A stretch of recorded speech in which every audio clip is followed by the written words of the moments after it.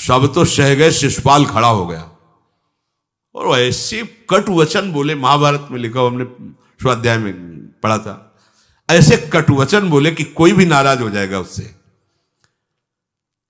तो पहले भीमसेन खड़े हुए और कहा कि अपने बड़ों का सम्मान करना सीख, चूंकि भाई ही लगता है, जैसे कुंती बुआ ऐसे भगवान की वो बुआ का दूसरा है, ये लड़का है। सम्मान करना सीख, अगर तू ऐसे ही बोलता रहा तो यही मैं तेरा गला काट दूंगा। ऐसे कहा, बैठ जा ब्रिकोदर, बहुत खाने वाला, तू क्या मेरे से लड़ेगा। भगवान ने भी इशारा कर दिया। जब देखा कि ये बोलता ही चला, भीष्म जी खड़े हुए और भीष्म जी ने कहा, मैं श्री कृष्ण के चरण आसक्ति चित्त वाला हूं, अगर अब एक भी शब्द यहां बोला इसने तो मैं किसी की नहीं सुनूंगा, इसको नष्ट कर दूंगा। और दोनों सभाओं के सर पर पैर रखता हूं, जो श्री कृष्ण का विरोध करे उसके लिए मैं पर्याप्त हूं। भगवान ने कहा, चुप रहो, शांत रहो, सबको बैठा ला। वो गिनती शुरू की थे, 98, 99। का शिशुपाल सावधान, जो तुम्हारी माता को वचन दिया था बस एक शब्द रह गया है, आगे मुझे दोषी कोई न ठहराए। 100 तक क्षमा करने की बात कही थी, जे ही वो तो रुकने वाला थोड़ी था, जे ही आगे बोला सुदर्शन जी के द्वारा उसका वो परम उद्धार हुआ जो बड़े बड़े ऋषि मुनियों के लिए बड़ा दुर्लभ पद कहा गया है। गोपीजनों ने सौंदर्य माधुर्य निधि भगवान को अपना कांत माना, प्रीतम माना। एक ही वृत्ति, कितनी गजब की वृत्ति गोपीजनों की है कि सब कार्य करते हुए कृष्णाकार वृत्ति है। बेचने दही जा रहे हैं, बोल रहे कोई कृष्ण ले ले, दामोदर ले ले, माधव ले ले। कैसी वृत्ति है, देखो कैसी उच्च कोटि की अवस्था है। किसी भी भाव से हमारे प्रभु से जुड़ जाए तो इच्छा द्वेष द्वंद्वों से वो मुक्त हो जाए। और जब तक ये ठीक है, ये बेठीक है, इस तरह के द्वंद्व तुम्हारे हृदय में बने रहेंगे, तब तक मूढ़ता रहेगी और उससे पतन होता रहेगा। संसार का संबंध दृढ़ होता है इच्छा से। बहुत सुंदर बात है, संसार का संबंध दृढ़ होता ही है इच्छा से। इच्छा खत्म, संसार का संबंध खत्म। कितनी बढ़िया बात है।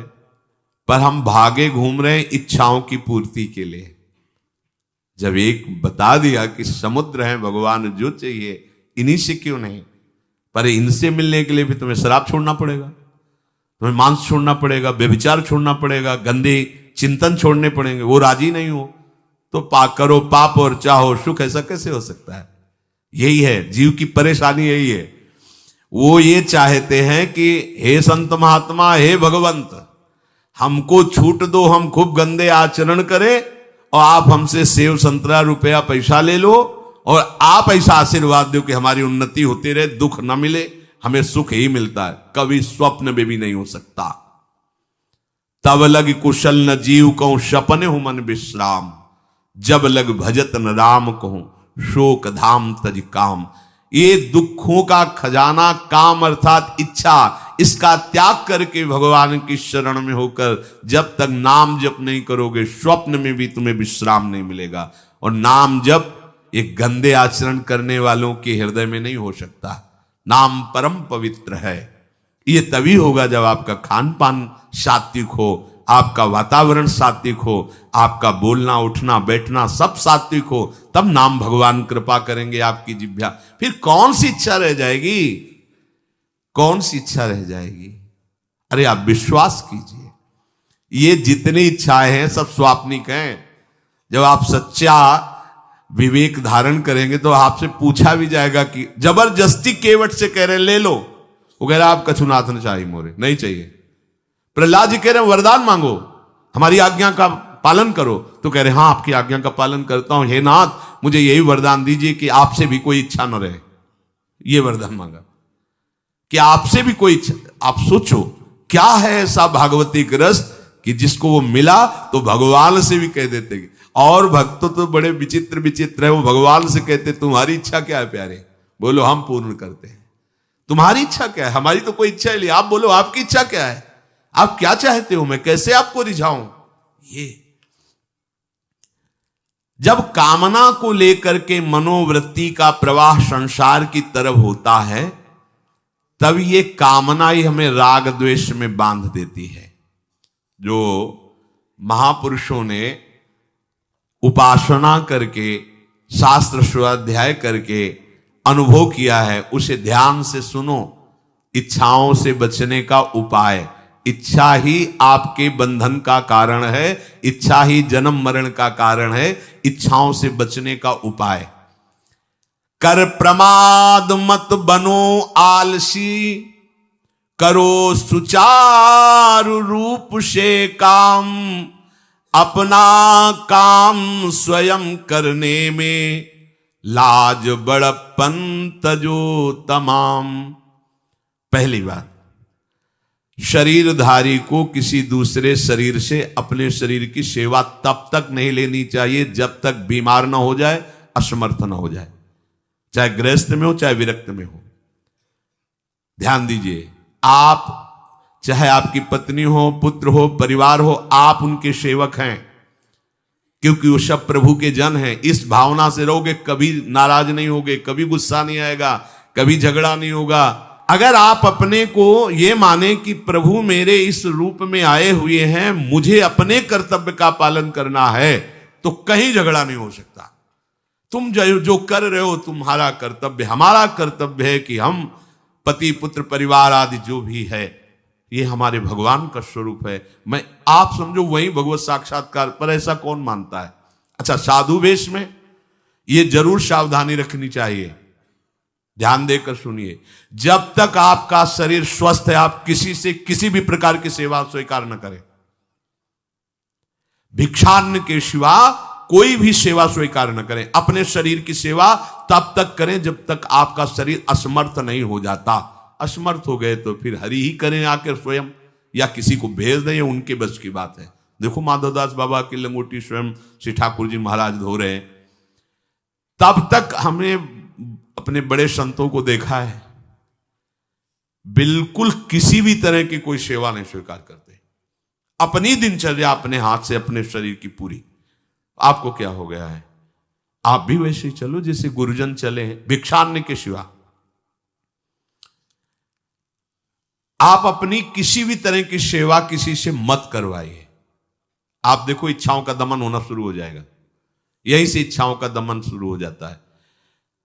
आप सच्ची मानिए, ये जो आप शरीर सुख की आकांक्षा से दूसरे से सुख लेने की इच्छा करते हैं, यही तुम्हारे बंधन का कारण है, यही तुम्हारी दुर्गति, यही तुम्हारी कमजोरी है।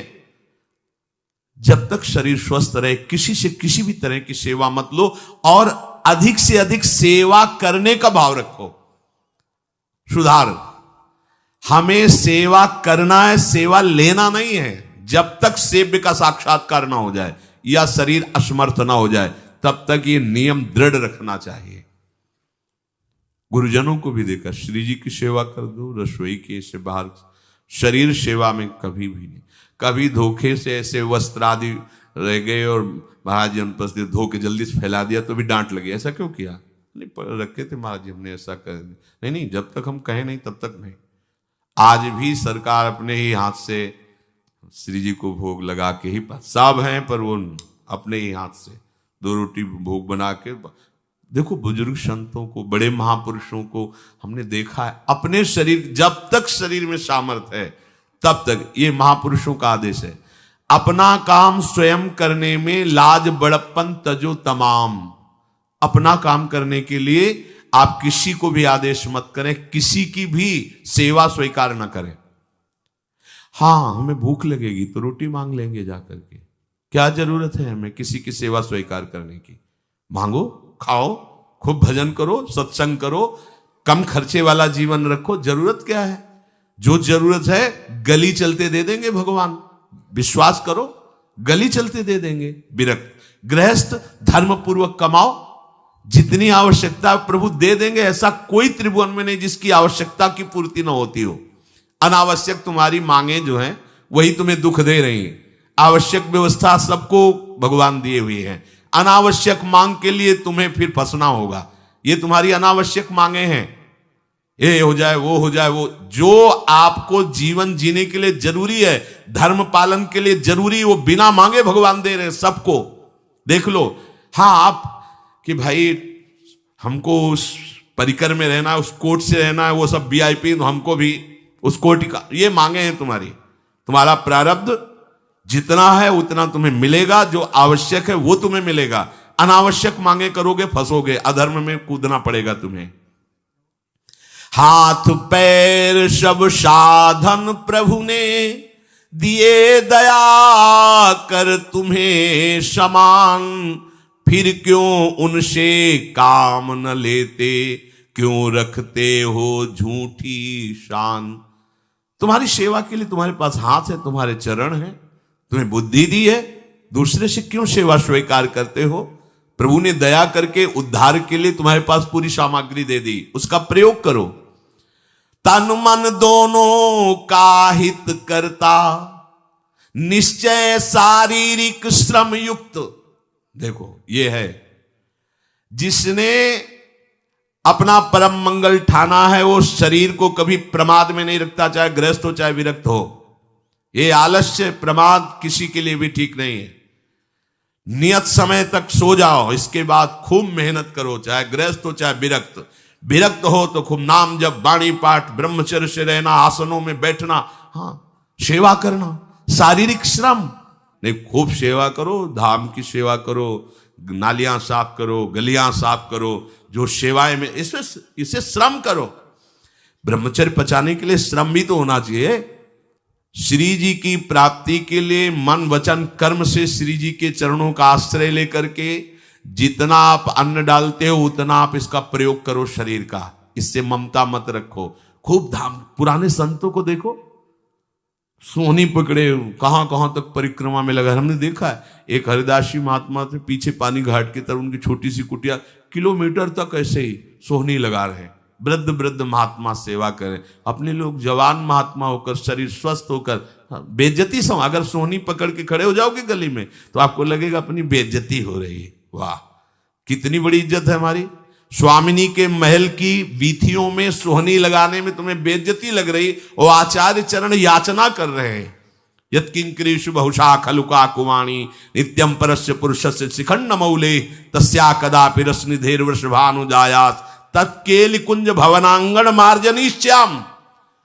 लाडली जो ऐसी कृपा करो कि आपके वृंदावन धाम में कहीं सोहनी लगाने वाली, पोछा लगाने वाली मैं बन जाऊं। मांग रहे हैं।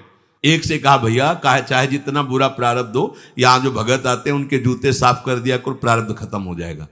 भाई आप समझो ये वो दवा है जो बेजोड़ है, इसे कोई काट नहीं सकता। अच्छा अगर ऐसे न समझो तो हम आपको समझा रहे हैं। गुरुद्वारे में चले जाओ, चाहे जितना बड़ा अधिकारी हो, सबसे पहली जोरी सेवा यही होती है, पादुका की सेवा करो। समझे में नहीं आ रहा तुम्हें? अरे जिसे हम हंसते हंसते कह रहे हैं वही तुम्हारे बंधन काटने का कारण बन जाए, यदि मान लो बात। पर वो हम जूता साफ करेंगे नहीं। मन से हम कितने गंदे हैं ये हम नहीं देख पा रहे हैं। वो तो बाहर वृंदावन की रज उनमें पादुका में लगी, छोटी मोटी बात नहीं है। पादुका जो रखी है ये बंधनी है। आप इनको ऐसे साधारण जूते मत समझना, ये रज में चलते। एक दिन एक ब्रजवासिनी माई रोटी रखे, उसके ऊपर पादुका रखे, एक हाथ में लाला लिए और एक हाथ में जल का ऐसे लिए जा रहे। उनका अभ्यास ऐसा। अब पादुका पहन के चलने में परेशानी होती थी। तो कोई एक संत थे और बाहर से आए हुए थे, तो हंस दिए कैसे बावरी रोटी के ऊपर जूता लगा। ऐसे मतलब कितने साल हो गए ब्रजवास करते हुए? वह कई वर्ष हो गए।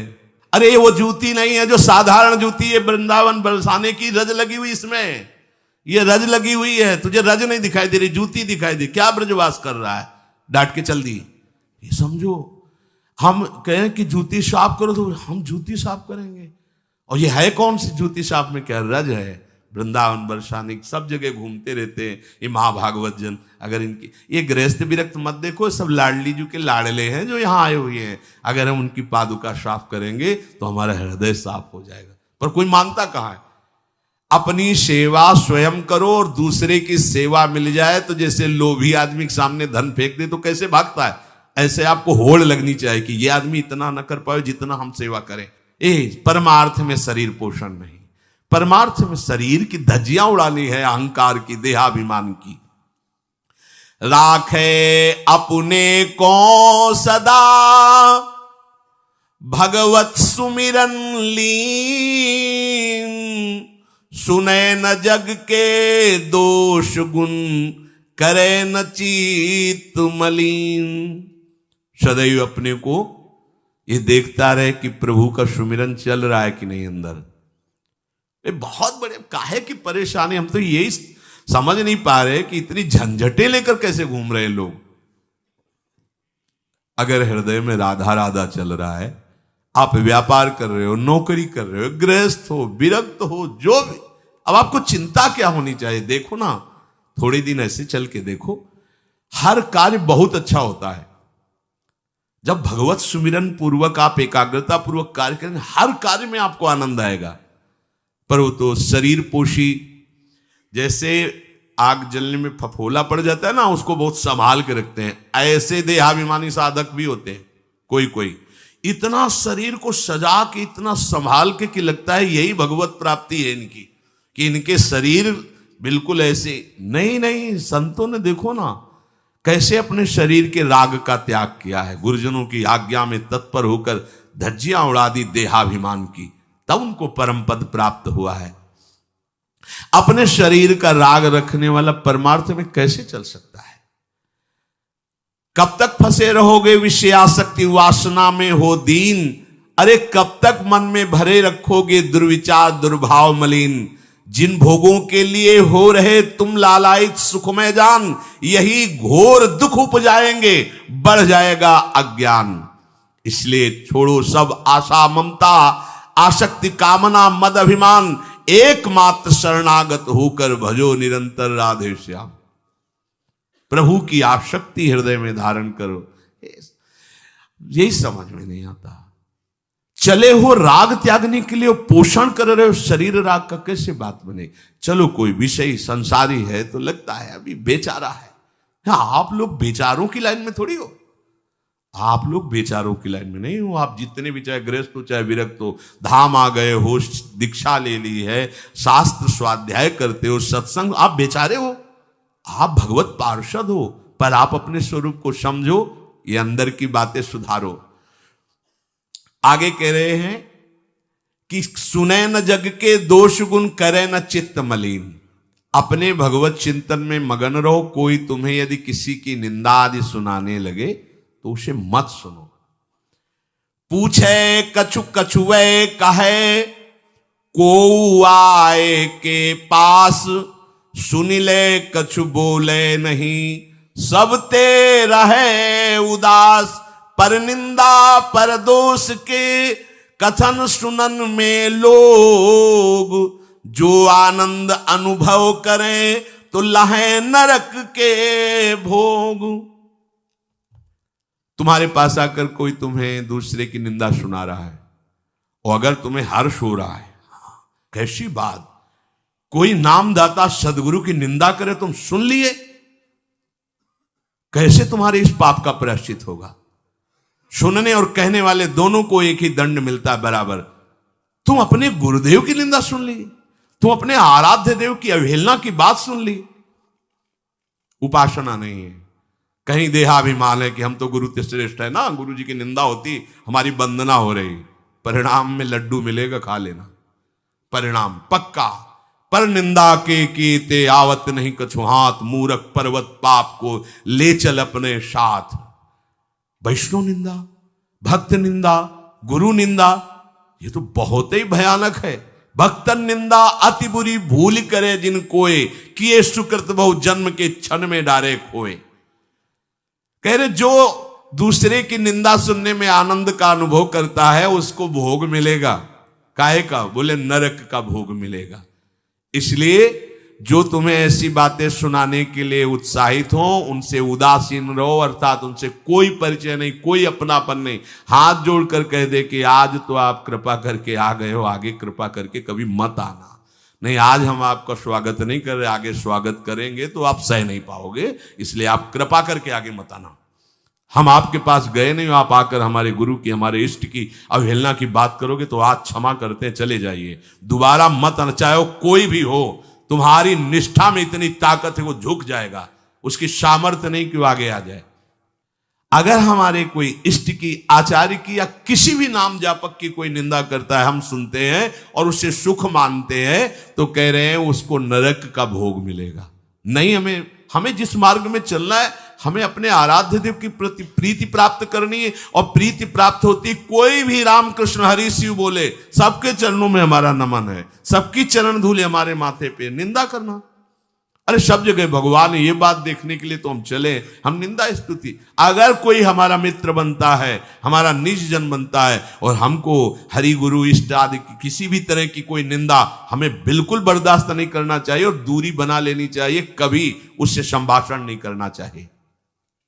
कहे न अपनी बात कछु, सुने न पर की बात, एक निष्ठ प्रभु में रहे, बसो सदा दिन रात। अपने हृदय की भक्ति की बात सहसा किसी से ना कहे और ना किसी की बात सुने, क्योंकि हमें अपनी आचार्य निष्ठा, गुरु निष्ठा से चलना है। आप अपनी निष्ठा से चल रहे हो, हमारे काम की है नहीं, क्योंकि अब हम बदलने वाले हैं नहीं, तो तुम्हारी निष्ठा से हमें कोई परिवर्तन होने वाला नहीं।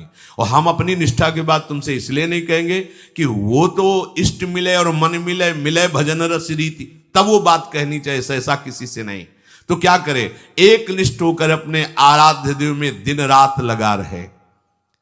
ये बहुत जने, बहुत जगह जाना, बहुत लोगों से व्यवहार करना, ये सब भजन में बाधक बात है। समिट जाओ, अपने लाडली लाल को दुलार करो, नाम जप करो, धाम वास करो, बहुत बहुत जो है, हाँ, दर्शन कर आओ। नहीं, एकांत वास करो, प्रभु खुद आके दर्शन दे देंगे, मान लो विश्वास।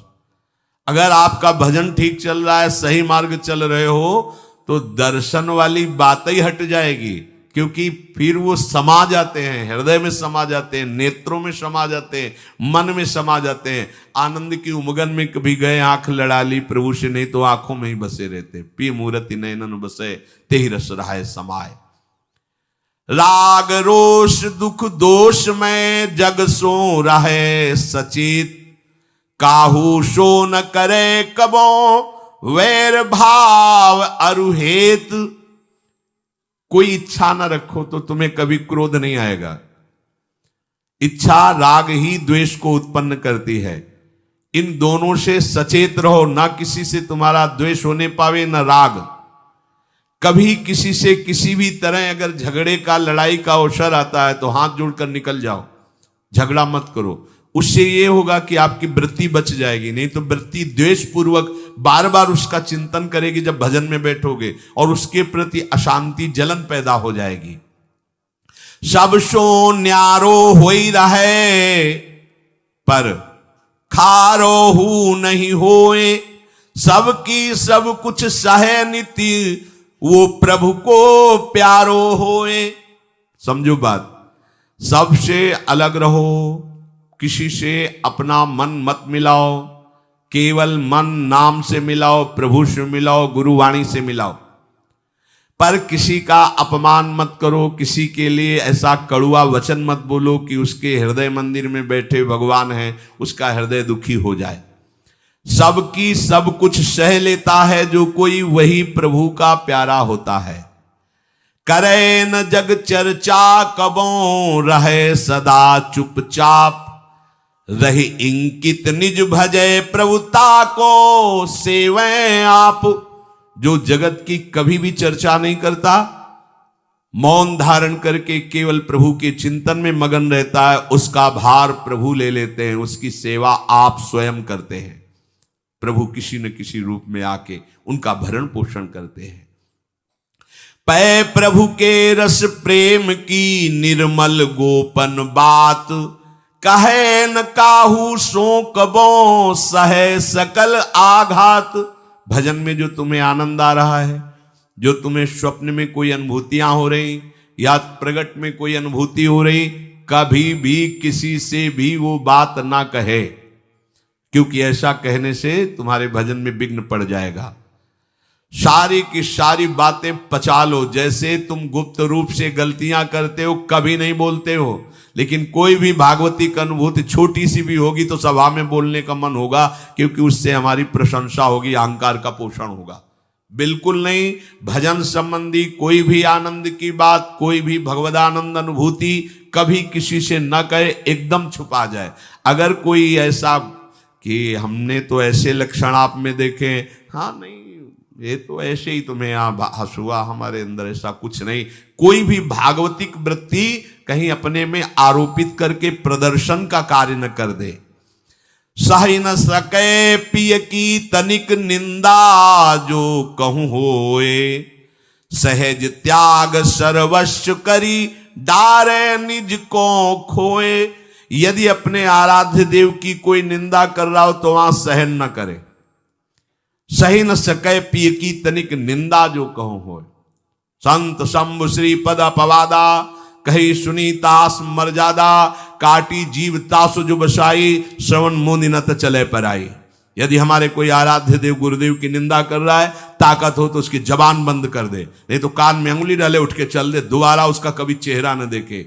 भरत जी ने माता कैकेयी से कहा कि आपने हमें निमित्त बनाकर 14 वर्ष का वनवास भगवान श्री राम को दिया, इसलिए आज के बाद में कभी तुम्हें मां नहीं कहूंगा, पापिनी कभी तेरा मुख नहीं देखूंगा। भरत जैसे भगवान के अवतार परम पवित्र माता कैकेयी के लिए ऐसे कट वचन बोले, आज के बाद कभी मां नहीं कहूंगा, है पापिनी तेरा कभी मुख नहीं देखूंगा। ये जो हमारे इष्ट की निंदा कर दे, हमारे गुरुदेव की निंदा कर दे, हम उसे आदर देंगे, हम उसको बात सुनने के लिए बैठा लेंगे। हाँ और बाओ, हमें और गंदा करो। सहज त्याग सर्वस्व करी, डारे निज को खोए। अपने अपनत्व को अपने आराध्य देव में सहज समर्पित कर दे। या जग में जाके हृदय ऐसो प्रेम समाए, हरिता को अति चाव सो रखें सदा अपनाए। इस जग में जिसके हृदय में ऐसी निष्ठा होती है तो हरि उसे अपना मान करके फिर स्वयं उसका भार लेकर इस संसार में रखते हैं, अर्थात उससे वही कराते हैं जिससे जग मंगल होता है। निर्मल या प्रभु प्रेम की महिमा कही न जाए, अति प्रेमी जो श्याम को हरि ही नित्य बसाए। दुख में संतत सुख लहे, सो आवे यही बाट, नाहित क्यों रचना करे, कपट नरक को ठाठ। जो निर्मल भगवत प्रेम है उसको कहा नहीं जा सकता, वो अनिर्वचनीय है। ऐसे निर्मल प्रेमी महात्मा के हृदय में श्याम सुंदर निरंतर वास करते हैं। इस निर्मल प्रेम को जिसे प्राप्त करना हो तो कमर कस ले, दुख का मार्ग है, इसमें दुख में चल करके महासुख में पहुंचा जाता है। कह रहे दुख में संतत सुख लहे, सो आवे यही बाट। भारी से भारी विपत्ति, अपमान, तिरस्कार में भी जो सुख का अनुभव करते हुए भगवत भजन करते रहते हैं, वो जाते हैं उस महासुख परमानंद में। नहीं तो कह रहे ना ही तक क्यों रचना करे, कपट नरक को ठाठ। फिर ये बातें बनाने से नरक ही मिलेगा, भगवत प्राप्ति नहीं होगी। इसलिए इच्छा और द्वेष का त्याग करके अपने आराध्य देव के निरंतर चिंतन में मगन रहो। भजन का फल है अपना अस्तित्व मिटा देना, कोई भी इच्छा ना रह जाना। तो श्री भगवान स्वयं उसके हृदय में बैठ करके सब योगक्षेम का वाहन करते हैं। जैसे अहंकार से हम सोचते हैं ये हम नहीं करेंगे तो कैसे हो जाएगा, तो पूरी सृष्टि तुम्हारे करने से हो गई है क्या? जिन्होंने एक संकल्प में अनंत ब्रह्मांडों का सृजन, पालन और लय करते हैं, करते रहेंगे, उन प्रभु को पहचानने के लिए मनुष्य जन्म हुआ है। यही परम कर्तव्य है, हम भजन करके उनमें लीन हो जाएं, उनको जान जाएं, तो महान दुख